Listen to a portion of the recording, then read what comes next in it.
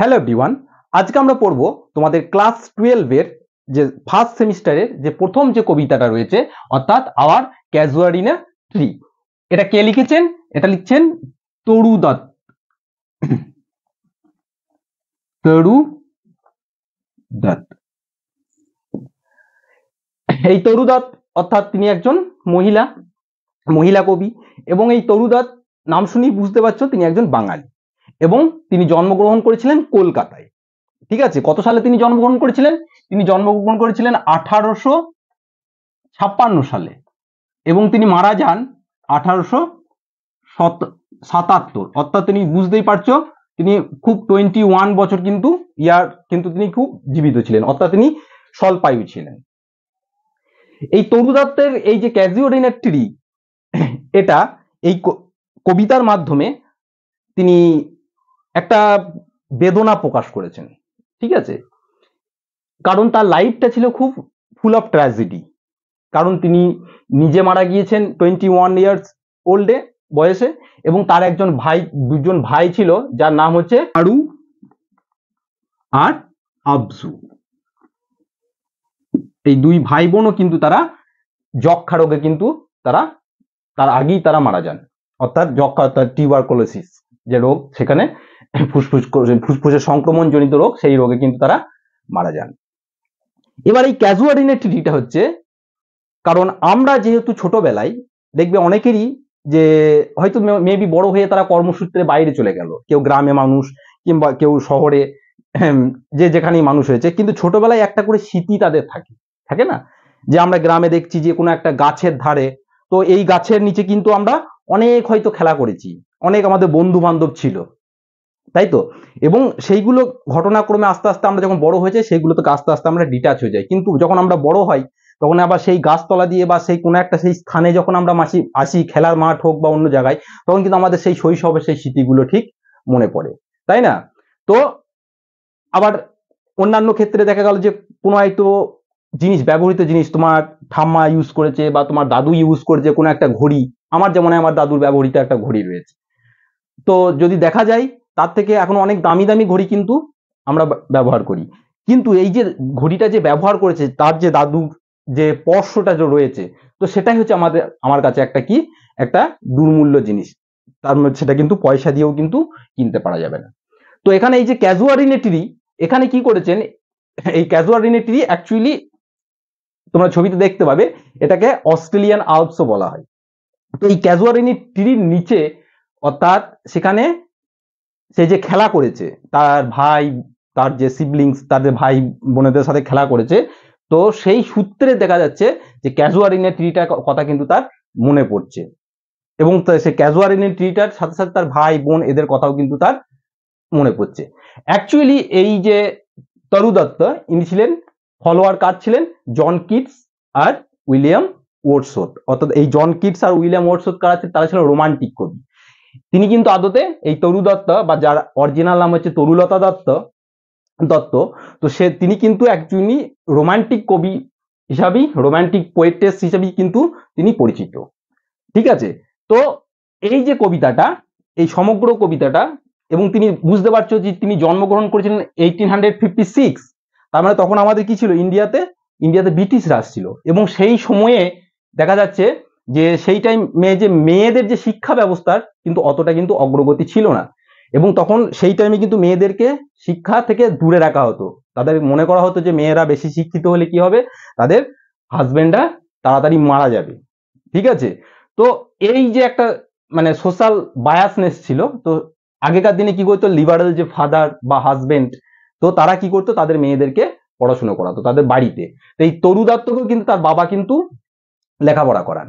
ঠিক আছে, এবং তিনি একসাথে সাথে ফ্রান্স, ঠিক আছে, ফ্রেঞ্চ, ইংলিশ, সংস্কৃত, বিভিন্ন ভাষায় তিনি পারদর্শিতা লাভ করেন, এবং বলা যায় যে সম্ভবত তিনিই হচ্ছে যে মানে প্রথম বাঙালি মহিলা, মানে প্রথম মহিলা যিনি ইংরেজি ভাষায় কি হচ্ছে কবিতা লিখেছিলেন। এই যে তরু দত্তের যে কবিতাটা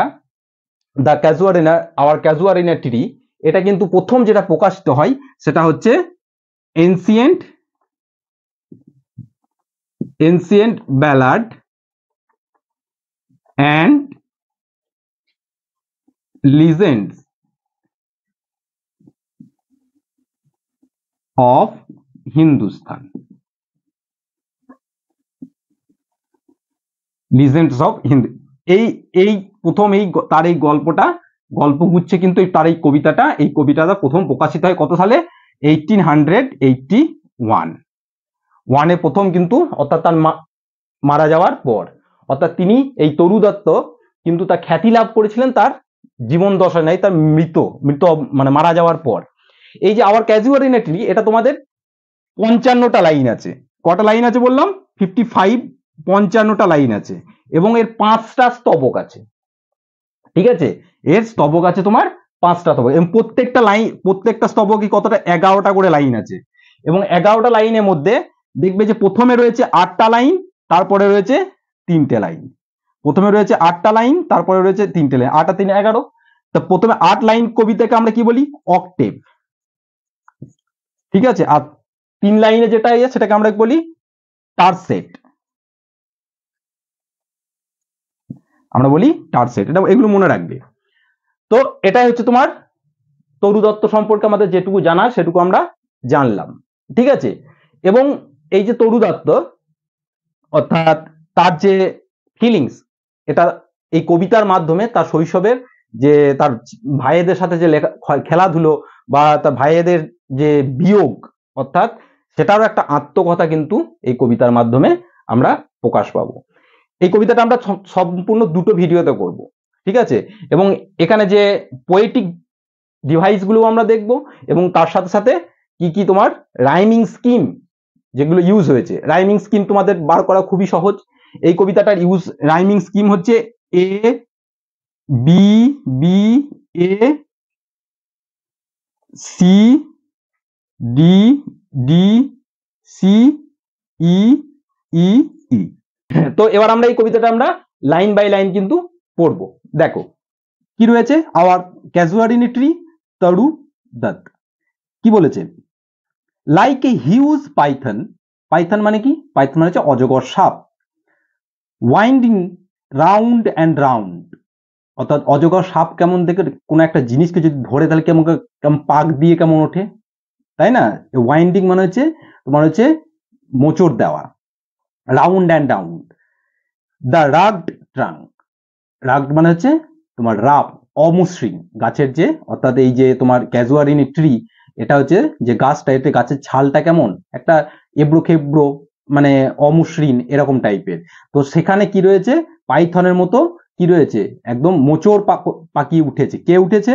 এবং ইনডেন্টেড ডিপ উইথ স্কার, অর্থাৎ ইনডেন্টেড মানে হচ্ছে তোমার খাঁজ কাটা, মানে অর্থাৎ গভীর ক্ষতের মতো একটা চিহ্ন। গাছের ছাল, অর্থাৎ গাছের ডাল মানে ছালটা কেমন হয়? অমসৃণ হয়। এই ক্যাজুয়াল ইন এ ট্রি গাছটা ঠিক এরকম ব্রাউন কালার, ব্রাউনিশ কালারের হয়। তো এই গাছের কি হচ্ছে? অজগরের মতো পাইথনের মতো কি হয়েছে? যে একদম মোচড় দিয়ে পাক খাইয়ে উঠেছে। কি পাক খেয়ে উঠেছে? কি উঠেছে? এবং কি উঠেছে? Up to its very summit near the stars, এবং কত দূর উঠেছে? গাছটা মনে হচ্ছে এতটাই উপরে উঠেছে যেন মনে হচ্ছে মানে তারাকে স্পর্শ করবে, আকাশ মানে আকাশ ছুঁয়ে ফেলবে এরকম একটা। কি উঠেছে? এ ক্রিপার ক্লাইম্স, ক্রিপার মানে হচ্ছে লতা পাতা। এই লতা পাতাগুলো কি হচ্ছে? এই লতা পাতাগুলোই কি হচ্ছে? অজগর সাপের মতো এই গাছটাই কিন্তু মোচড় দিয়ে পাক দিয়ে উঠেছে।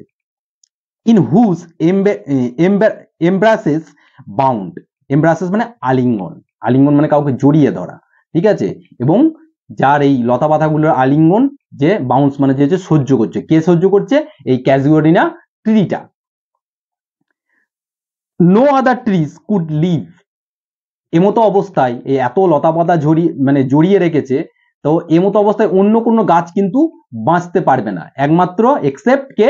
এই ক্যাজুয়ারিনা ট্রি ছাড়া। বাট গ্যালেন্টলি, গ্যালেন্টলি মানে বীরতার সাথে কি করেছে? এই ক্যাজুয়ারিনা ট্রি কি করেছে? The giant wears the scarf, scarf মানে হচ্ছে জায়েন্ট মানে কি? এখানে জায়েন্ট মানে হচ্ছে গাছটাকে বলা আছে, এই বৃহদাকার গাছটা পড়েছে স্কার্ফ। স্কার্ফ মানে হচ্ছে এক ধরনের মেয়েদের একটা মানে ছোট একটা ক্লোথ, ঠিক আছে, যেটা ওড়নার মতো, যেটা অনেক সময় মুখেও পড়ে বা গলাতে ঝুলিয়ে নেয়। তো এখানে কি রয়েছে? ক্যাজুয়ারিনা ট্রি ক্রাফট কোনটা? এই যে তোমার এই ক্রিপার গুলো, ঠিক আছে, এই ক্রিপার গুলোই ক্রাফটের সঙ্গে কম্পেয়ার করছে। অ্যান্ড ফ্লাওয়ার্স, শুধু এই কার্ভের মতো পড়েছে শুধু তা নয়, এবং কি হচ্ছে অ্যান্ড ফ্লাওয়ার্স আর হাং, এবং সেখান থেকে কিন্তু ফুলগুলোও কিন্তু ঝুলছে। কি ফুল, কোন কালারের ফুল, ইন ক্রিমসন ক্লাস্টার্স, ক্রিমসন মানে হচ্ছে গাঢ় লাল বর্ণের, মানে ক্লাস্টার মানে হচ্ছে গুচ্ছ, মানে থোকা থোকা হিসেবে লাল বর্ণের ফুল কিন্তু ওখান থেকে ঝুলছে। অল থ্রু দ্য বাউস অ্যামং, এবং সমস্ত ডালের আশেপাশে। হোয়ার অন, যার উপর কি হচ্ছে all day are gathered bird and bees, অর্থাৎ যেখানে ফুল লাল কালারের ফুল যেখানে রয়েছে, তো সেখানে কি হবে তোমার অবভিয়াসলি সেখানে বীজ অর্থাৎ মৌমাছি এবং পাখিরা অ্যাট্রাক্ট হবে, এবং অ্যাট্রাক্ট হয়ে সেই লাল ফুলের দিকে কিন্তু এই ক্যাজুয়ারিনের ট্রিতে দিকে এগিয়ে যাবে। And oft at night in the garden overflows, এবং অ্যান্ড অফট, অফট মানে হচ্ছে একটা ল্যাটিন আর্কাইক ওয়ার্ড যার মানে হচ্ছে অফেন, মানে হচ্ছে ঘন ঘন, এবং প্রায় কি হচ্ছে নাইট, রাত্রে কি হয়, দ্য গার্ডেন ওভারফ্লোজ, অর্থাৎ এই বাগানটা একদম ওভারফ্লো হয়ে যায় কিসে, উইথ ওয়ান সুইট সং, একটা মিষ্টি মধুর মানে গানে, that seems to have no close, যেটা দেখে মনে হয় এই গান কখনোই স্তব্ধ হবে না, মানে কন্টিনিউয়াসলি একটা গান যেন ওই বাগান থেকে, যে যেখানে ক্যাজুয়ারিনের ট্রি রয়েছে ওখান থেকে যেন আসতে থাকে। সাং, কে গানগুলো কে গাইছে, সাং ডার্কলিং, ডার্কলিং মানে এক ধরনের থ্রাশ পাখি, ঠিক আছে, একটা সিঙ্গিং বার্ড, সে গাইছে ফ্রম দা, কোথা থেকে, আওয়ার ট্রি, আমাদের ওই ক্যাজুয়ারিনি ট্রি থেকে গাইছে। হোয়াইল মেন রিপোজ, রিপোজ মানে যে বিশ্রাম নেওয়া, যেখানে মানব কুল এখানে কি হচ্ছে বিশ্রাম নিচ্ছে। অর্থাৎ এই যে প্রথম স্ট্যান্ডাতে তোমরা পড়লে, এই প্রথম স্ট্যান্ডাতে কি দেখলাম আমরা, এই ক্যাজুয়ারিনি ট্রির কিন্তু আমরা সম্পূর্ণ একটা এখানে একটা বর্ণনা দেখলাম, ঠিক আছে, তার গঠন কেমন, তার সেখানে কি কি মানে আরো লতা পাতাগুলো কেমন রয়েছে, তার ব্যবস্থা কেমন, সেগুলো আমরা দেখলাম। এখানে অ্যাকচুয়ালি এই প্রথম কবিতাতে poet describes about the gigantic, বলা যায় যে এই তোমার এই ক্যাজুয়ারিনি ট্রি, ঠিক আছে, এবং যার উপরে হোয়ার ক্রিপার্স আর মানে এখানে ক্লাইম্বিং ইটস রাফ বার্ক, তার মানে যে কিপারটা সেখানে হচ্ছে রাফ বার্ককে জড়িয়ে ধরে রয়েছে লাইক এ স্কার্ফ, এবং সেখান থেকে কি হচ্ছে, এবং রেডিশ যে ফ্লাওয়ার অর্থাৎ ক্রিমসন কালারের যে ফ্লাওয়ার গুলো সেখান থেকে কিন্তু দে আর হ্যাঙ্গিং, এবং they also attracted the birds and bees, তাদেরকেও কিন্তু বার্ডস এবং বিজকেও তারা অ্যাট্রাক্ট করছে। এবং ইন দ্য ইভিনিং কি হচ্ছে তোমার যে বিউটিফুল সং, ঠিক আছে, coming out from the garden, যেখানে এই পরিবেশটাকে আরো কি করে তুলেছে, একটা তোমার একটা ম্যাজিক্যাল একটা অ্যাটমসফিয়ার কিন্তু তৈরি করেছে। তো প্রথম স্ট্যান্ডাতে এটাই। তারপর কি বলেছে দেখো দ্বিতীয় স্তবকে, when first my casement is wide open thrown, যখন প্রথমেই, কেসমেন্ট মানে জানালা, জানালার যে মানে ফ্রেমটাকে সেটাকে কেসমেন্ট বলে, অর্থাৎ আমি থ্রোন মানে জোরে ধর মানে বড় জানালাটা যখন আমি দরজাটাকে ধাক্কা মেরে যখন আমি সকালবেলায় খুলি তখন কি হয়, তখন কেমন সিন, অ্যাট ডন, কখন, সকালবেলায় ভোরবেলায়, মাই আইজ ডিলাইটেড, আমার চোখ দেখে অভিভূত হয়ে যায়, অ্যান্ড অন ইট রেস্ট, এবং এই অভিভূত হয়ে আমি যেন স্তব্ধ হয়ে যাই, কেন, সামটাইমস, কখনো কখনো, অ্যান্ড মোস্ট ইন উইন্টার, অর্থাৎ কিন্তু তার যে দেখলেই তার মানে দৃশ্য দেখে চোখ সবসময় তার একদম কি হয়ে যায়, স্থির হয়ে যায়, সেটা কখনো কখনো হয়, কিন্তু শীতকালে এটা সবসময় বেশি হয়, কেন, অন ইটস ক্রিস্ট, ক্রিস্ট মানে হচ্ছে তোমার মানে টপ অফ দ্য হিল, অর্থাৎ টপ অফ দ্য কোনো কোনো কোনো উঁচু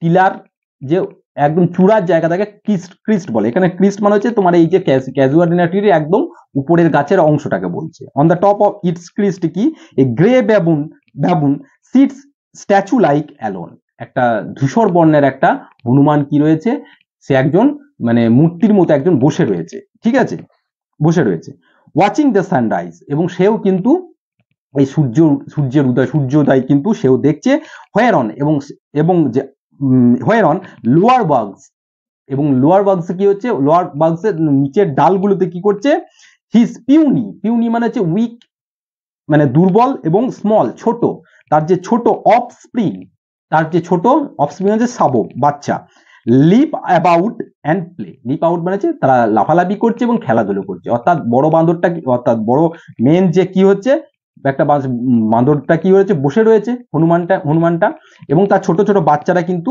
নিচের ডালে কিন্তু খেলা করছে। অ্যান্ড ফার অ্যান্ড নিয়ার মানে অনতি দূর, না দূর না কাছে। ঠিক আছে, এটাও একটা তোমার ফিগার অফ স্পিচ। এই ধরনের মানে এই যে অপোজিট যখন দুটো ওয়ার্ড একসাথে বসবে, ফার অ্যান্ড নিয়ার মানে দুটি কন্ট্রাস্ট ওয়ার্ড পাশাপাশি বসেছে, তখন সেটা হচ্ছে অক্সিমোরন বলে এগুলোকে। এই ফিগার অফ স্পিচও কিন্তু আমরা এই যে সেকেন্ড পার্টটা যখন করাবো, তারপরে তোমার রাইমিং স্কিম এবং ফিগার অফ স্পিচ একসাথে কিন্তু এই ভিডিও মানে এই কবিতাটাও আমরা কমপ্লিট করব। তো এখানে কি রয়েছে, অনতি দূরে and near and far the কোকিলাস hail the day। কোকিল মানে হচ্ছে কোকিল কি করছে, এই হেল মানে হচ্ছে দিনকে ওয়েলকাম করাচ্ছে, সাদর অভিবাদন জানাচ্ছে। and to their postures এবং তাদের গান শুনে, এই postures মানে হচ্ছে তৃণভূমিতে ওয়েন্ড চলে যাচ্ছে কি আওয়ার স্লিপি কাউস, আমাদের মানে নিদ্রাসিক্ত গরুগুলো এবার উঠে তৃণভূমিতে যাচ্ছে।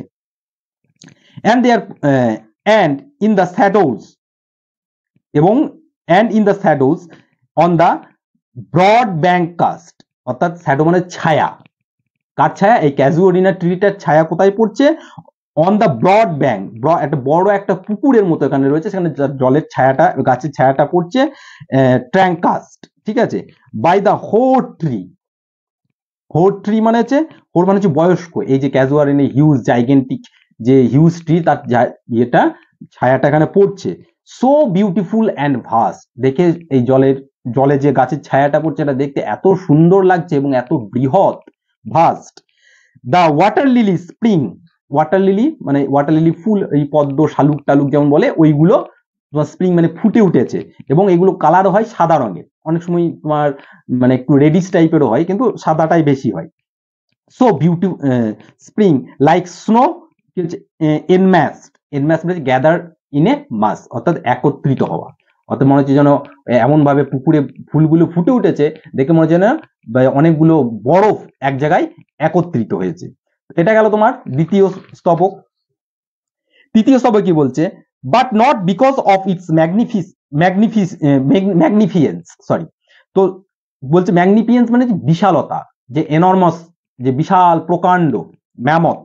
তো কি বলছে, but not because of its magnificence dear is the casuarina to my soul, অর্থাৎ এই ক্যাজুয়ারিনা ট্রিটা যে তার যে বিশালতা, যে বিশাল গাছ, শুধু তার জন্যই আমি সেই গাছটা আমার হৃদয়ে আছে তা নয়, তাহলে এর পেছনে কিন্তু আরো কারণ আছে, কেন এই গাছটাকে মনে আছে। দেখো, বিনিত মানে নিচে, এই গাছের নিচে, উই হ্যাভ প্লেড আমরা খেলা করেছি, থ্রু ইয়ার্স মে রোল যে বছরগুলো অতিক্রান্ত হয়ে গেছে, ঠিক আছে, বহু বছর আগে। অর্থাৎ এখানে উই প্লেড মানে এখানে কি, এখানে এই তরুদত্তা এবং তার যে সিবলিংস, যে ভাই আছে, যেটা আমরা বলেছিলাম আরু আর আবজু, তারা কিন্তু অল্প সময়ই মারা গেছে। তো তারাও কিন্তু এখানে খেলা করেছে। তো সুতরাং তাদের সেই খেলাধুলার স্মৃতিটা কিন্তু এখনো মনে আছে, এবং তারা খেলাটা কোথায় করেছে, সেই গাছতলার নিচেতে খেলা করেছে, সেই জন্য এই গাছটাকে কিন্তু তাদের মনে আছে। ও সুইট কম্প্যানিয়ন্স, অর্থাৎ ও আমার মানে মিষ্টি সাথী, সঙ্গী। লাভড উইথ লাভ ইন্টেন্স, আমরা সেই সঙ্গীদেরকে, আমার আরু এবং আবজুদেরকে আমরা ভালোবাসতাম, আমি ভালোবাসতাম, এবং একদম ভালোবাসার মানে গভীর ভালোবাসা দিয়ে, loved intense. For your sakes, অর্থাৎ তোমাদের জন্য মানে এই সুইট কম্প্যানিয়নদের জন্য, shall the tree be ever dear, এই গাছটা আমার কাছে সর্বদাই প্রিয় হয়ে থাকবে। কারণ এই গাছের নিচে আমাদের অনেক স্মৃতি, বাল্যকালের অনেক স্মৃতি মানে জড়িয়ে রয়েছে, সেটা কোথায়, এই গাছের নিচে। সেই জন্য এই গাছটা আমার কাছে সারা জীবন প্রিয় হয়ে থাকবে। ঠিক যেমন প্রথমে কবিতার মানে ইন্ট্রোডাকশনে কি বললাম, যে দেখা গেল যে ঘড়ি, আমি আমার দাদুর ঘড়ির কথাটা বললাম, যেমন দাদুর ঘড়িটা কি, দাদু তিনি আজকে নেই, কিন্তু তার ব্যবহৃত ঘড়িটা কিন্তু আমার কাছে খুবই একটা মূল্যবান জিনিস। তো ঠিক আছে, তো সেই জন্য শুধু ঘড়িটাও আমার কাছে মূল্যবান নয়, মূল্যবান যেহেতু আমার গ্র্যান্ডফাদার এটা ইউজ করেছিল বলে সেটা আমার কাছে মূল্যবান। ঠিক সেরকম এই ক্যাজুয়ারিনিয়া গাছটা তার যে এনর্মাস সাইজ, তার হিউজ, তার জাইগেন্টিক সাইজের জন্য আমার কাছে হৃদয়ে নেই। কারণ এই গাছের নিচে আমাদের বাল্যকালের স্মৃতি জড়িয়ে রয়েছে, অনেক দুঃখ কষ্ট আমরা এই গাছের নিচে শেয়ার করেছি, সেই জন্য এই গাছটা আমার কাছে সর্বদাই প্রিয় হয়ে থাকবে। ব্লেন্ড উইথ ইওর ইমেজেস, ঠিক আছে, ব্লেন্ড মানে হচ্ছে মিশে যাওয়া, সেই সমস্ত টুকরো টুকরো স্মৃতিগুলো, ছবিগুলো যখন মিশে যাচ্ছে, এবং ইট শ্যাল রাইজ ইন মেমোরি, এবং কখনো কখনো সেই স্মৃতিগুলো আমার মনে কি হচ্ছে, উদ্গীরণ হচ্ছে, মনে পড়ছে, এবং still the hot tears blind mine eyes, এবং যখন এই স্মৃতিগুলো মনে পড়ছে তখন কি হচ্ছে, গরম অশ্রুসিক্ত জল আমার চোখকে যেন অন্ধ করে দিচ্ছে। মানে তাদের কথা মনে পড়ছে এবং তার কি করছে, তার খারাপ লাগছে। এবং সাধারণত মানুষ একটু মানে খারাপ, কারণ কেউ মারা গেলে তার খবর পেলে বা তাদের কথা মনে পড়লে, যে চলে গেছে যারা আমাদেরকে ভালোবাসতেন, তো অবভিয়াসলি আমাদের চোখ কি হয়, অশ্রুসিক্ত হয়ে যায়। এবং সেই কথাটাই কিন্তু তিনি এখানে বলেছেন, তাদের কথাগুলো মনে পড়ছে এবং মনে পড়লে তাদের মানে এই তরু দত্তের চোখ কিন্তু অশ্রুসিক্ত হয়ে যাচ্ছে এবং গরম জল যেন বেয়ে পড়ছে এবং চোখে জল পড়লে দেখবে একটু আবঝা লাগে দেখতে, ঠিক আছে, ঠিকঠাক দেখতে পাই না, তো সেটাই। What is the dirge like murmur that I hear like the sea breaking on the shingle beach.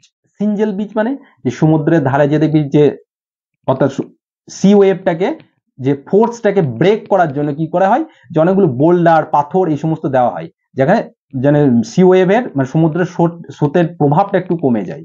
তো তার একটা আওয়াজ, খটখটে একটা আওয়াজের শব্দ। তো এখানে কি বলেছে, হোয়াট ইজ দ্য ডার্জ মানে শোক, কি সেই শোক, যে লাইক মারমার, যেটা সবসময় আমার কানের কাছে কি করে, ফিসফিস করে বা আমি শুনতে পারি, যেই ফিসফিসানিটা কেমন, ঠিক যেমন সমুদ্রে যেমন তার ব্রেক, তার এখানে কি হচ্ছে, যে সিঞ্জেল বিচের মতো যে খটখট শব্দ হয়, সে তার মতো। It's the tears lament, it's the trees lament.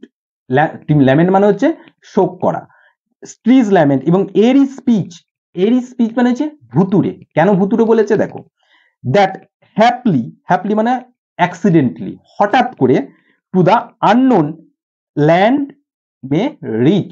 Unknown land মানে এখানে হয়তো এখানে বোঝা যাচ্ছে তরু দত্ত কিন্তু এখন আর কিন্তু কলকাতায় নেই, কলকাতার বাইরে রয়েছে। তাহলে এই যে তোমার মানে কি বলবো, এই যে কি বলছে, যে ট্রিজ ল্যামেন্ট, অর্থাৎ এই যে গাছের তোমার মানে গাছের বিলাপ, এটা একটা ভৌতিক জিনিসের সঙ্গে মানে কম্পেয়ার করছে, তাই না? অর্থাৎ এই যে বৃক্ষের বিলাপ একটা ভৌতিক আওয়াজের মতো, ঠিক আছে, যেটা that haply to the unknown land to may reach, যা পৌঁছাবে কোনো অজানা এবং ল্যান্ড মে রিচ, এবং অন্য কোনো এক দেশে। অর্থাৎ এখানে মানুষটি ফিজিক্যালি আমি হয়তো তোমার সঙ্গে ইন্টারাকশন করতে চাইছি, ঠিক আছে, তো সুতরাং আমি ওভার দ্য ফোন করতে পারি এখন, বা কাছে গিয়ে বলতে হবে, কিন্তু কি একটা মানুষ যদি বহু দূরে থাকে, অন্য দেশে থাকে, তাহলে তার সাথে আমি ইন্টারাকশন কিভাবে করব, তাই না? এবং এই মানে সুপার ন্যাচারাল ব্যাপারগুলোর দ্বারাই এটা সম্ভব, যেটা আমরা মনে করি যে ভূতের তো কোনো দেশ বাউন্ডারি কিছু নেই, সে এখানে যেখানে খুশি যেতে পারে।